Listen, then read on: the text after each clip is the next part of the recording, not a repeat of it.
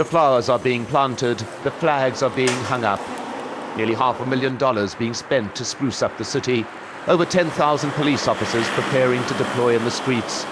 The entire area around Bush's luxury hotel is to be locked down. The last bomb attack on this hotel in 1946, when 91 people were killed. That carried out by Jewish militants. Terror a tactic clearly not limited to any one side. But as at Annapolis last November, George Bush says he's looking to the future, not the past. His visit now a follow-through on the commitment made then to achieving a Palestinian-Israeli peace by the end of this year. The peace process is what President Bush says he will focus on here. But as he continues his travels to the Gulf states, Saudi Arabia and Egypt, there's another issue on his agenda. The trip is, in his words, absolutely about efforts to contain Iran's influence in the region.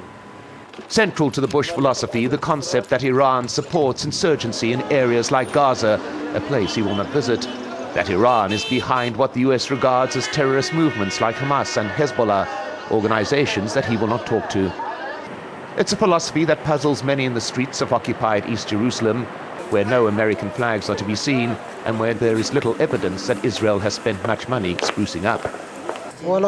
Iran never constitutes a threat against us, says this man, but anybody that helps the Palestinian cause is seen as a terrorist.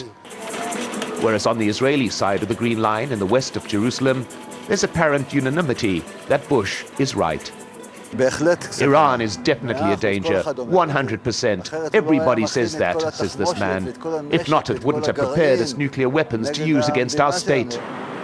It's a divergence in views that highlights the gulf between Israelis and Palestinians and between what each side defines as the obstacles to achieving a peace agreement.